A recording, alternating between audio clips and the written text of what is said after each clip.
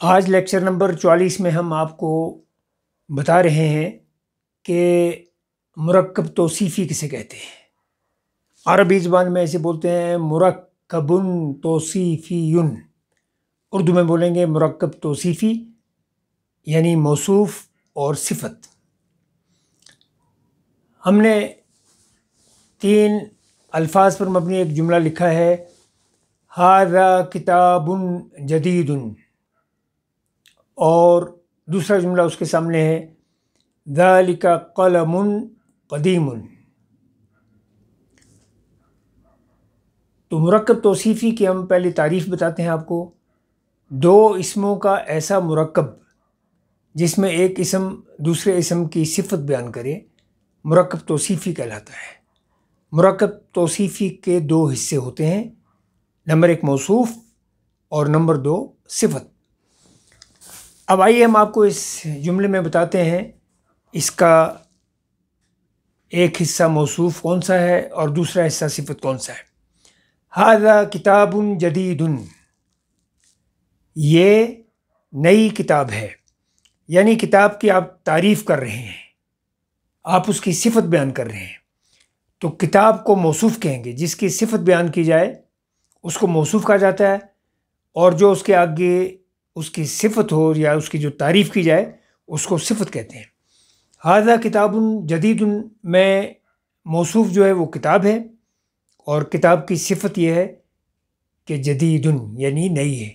ھذا کتاب جدید، یہ نئی کتاب ہے۔ ذالک قلم قدیم، وہ پرانا قلم ہے۔ قلم موصوف ہے اور اس کی صفت قدیم جو ہے اس کی صفت ہے۔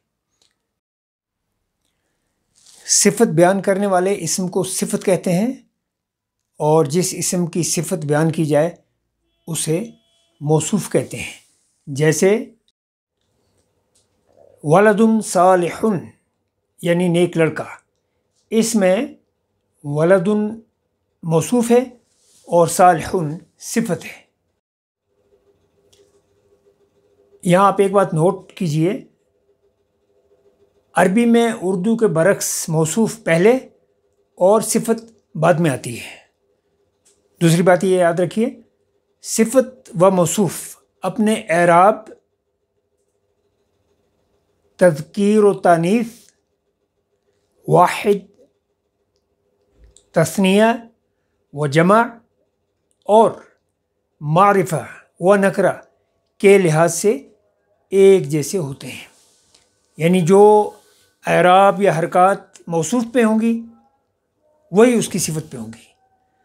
اگر موصوف مذکر ہے تو اس کی صفت بھی مذکر ہوگی، اگر موصوف مؤنث ہے تو اس کی صفت بھی مؤنث ہوگی، اگر موصوف واحد ہے تو اس کی صفت بھی واحد ہوگی، اگر موصوف تثنیہ ہے تو صفت بھی تثنیہ ہوگی، اگر موصوف جمع میں آتا ہے تو اس کی صفت بھی جمع میں ہوگی۔ اسی طرح اگر موصوف معرفہ ہے یعنی اس کے ساتھ الف لام لگا ہے تو صفت میں بھی الف لام لگے گا۔ اگر نکرہ ہے بغیر الف لام کے موصوف تو اس کی صفت بھی نکرہ ہوگی۔ تو صفت اور موصوف دونوں ان تمام لحاظ سے دیکھا جائے تو بالکل ایک جیسے ہوتے ہیں، اور یہ بڑا نسبتاً آسان ہے۔ ھذا کتاب جدید، دیکھیے کتاب واحد ہے، یہ بھی واحد ہے۔ کتاب کے ساتھ لام تعریف نہیں ہے، اس کے ساتھ بھی لام تعریف نہیں ہے۔ یہ نکرہ ہے، یہ بھی نکرہ ہے، یعنی لام تعریف کا مطلب ہوتا ہے معرفہ، الف لام جس کو بولتے ہیں۔ یہ معرفہ نہیں، یہ معرفہ نہیں ہے۔ اس کے اوپر تنوین ہے، اس کے اوپر بھی تنوین ہے۔ ھذا کتاب جدید، یہ نئی کتاب ہے۔ ذالک قلم قدیم، وہ پرانا قلم ہے۔ یہاں بھی موصوف اور صفت کی ایک ہی حرکات بھی ایک ہیں، تنوین یہاں بھی، اور معرفہ یہاں بھی نہیں ہے، یہاں بھی نہیں ہے، نقرہ ہے یہاں بھی، یہ ایک ہے یعنی واحد، یہاں بھی واحد۔ آئیے، ھذہ فاکہۃ طازجۃ، یہ تازہ پھل ہے۔ فاکہہ چونکہ مونس ہے، گولتا ہے، لہذا اس موصوف کی صفت میں بھی گولتا آئے گا، چونکہ تعریف تو اس موصوف کی ہو رہی۔ موصوف اگر واحد ہے تو واحد ہوگا، اگر یہ مونس ہے تو مونس ہوگا، مذکر ہے تو مذکر ہوگا، مثنیٰ ہے یعنی تثنیہ ہے تو تثنیہ ہوگا۔ جو کیفیت موصوف کی ہے وہی کیفیت یہاں ہے۔ یہ دیکھیے معرفہ نہیں ہے، معرفہ نہیں ہے۔ ھذہ فاکہۃ طازجۃ، یہ پھل تازہ ہے، تلک فاکہۃ لذیذۃ، وہ پھل میٹھا ہے۔ یہاں موصوف اور صفت کی حرکات بھی برابر ہیں اور معرفہ بھی نہیں ہے، نکرہ بھی دونوں ہے، یہ بھی مونس ہے یہ بھی مونس ہے۔ الولد المجتہد، لڑکا کیا ہے؟ مجتہد ہے، یعنی محنتی ہے۔ فی الفصل، الولد المجتہد فی الفصل، محنتی لڑکا کلاس میں۔ الولد المہمل فی میدان اللعب، سست لڑکا کھیل کے میدان میں۔ یہاں لڑکا موصوف ہے اور یہ اس کی صفت ہے، موصوف اور صفت۔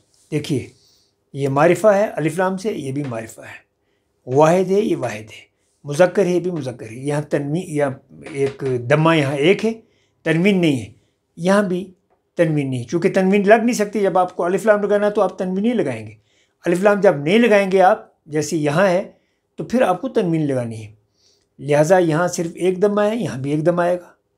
اسی طرح یہاں بھی ایک کیفیت ہے، موصوف اور صفت۔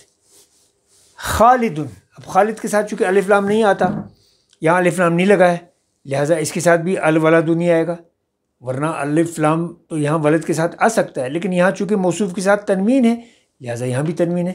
خالد ولد حسن، خالد اچھا لڑکا ہے۔ زینب بنت صالحۃ، اب آپ کہیں گے یہاں صفت میں تنوین آئی ہے تو اس میں تنوین کیوں نہیں ہے؟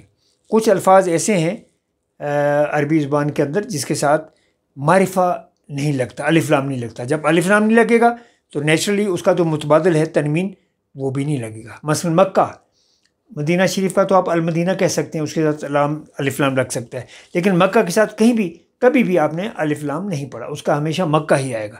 تو اسی طرح کچھ اور بھی الفاظ ہیں، مثلا زینب، بشرا، ان کے ساتھ الف لام نہیں آتا ہے، اس لیے یہاں تنوین نہیں آیا ہے۔ الف لام تو آ ہی نہیں سکے گا، تنوین بھی نہیں آ سکے گا، چونکہ تنوین تو بیسیکلی الف لام کا ہی متبادل ہوتا ہے، لہٰذا یہاں صرف ایک دمہ لگایا گیا اور اس کی صفت میں ہم نے تنوین لگا دی ہے۔ چونکہ صفت میں تو بنت آ سکتا ہے، اس کے ساتھ البنت بھی آ سکتا ہے، صالح بھی آ سکتا ہے، الصالح بھی آ سکتا ہے، الف لام اس میں لگ سکتا ہے، اس میں نہیں لگ سکتا ہے، لہٰذا یہاں تنوین کی بجائے ایک یہ ہم نے دمہ لگایا ہے اور یہاں ہم نے دونوں دمے برابر کیے ہیں۔ زینب بنت صالحۃ، زینب جو ہے وہ ایک نیک لڑکی ہے۔ بشرا طالبۃ مؤہلۃ، بشرا ایک قابل طالبہ ہے۔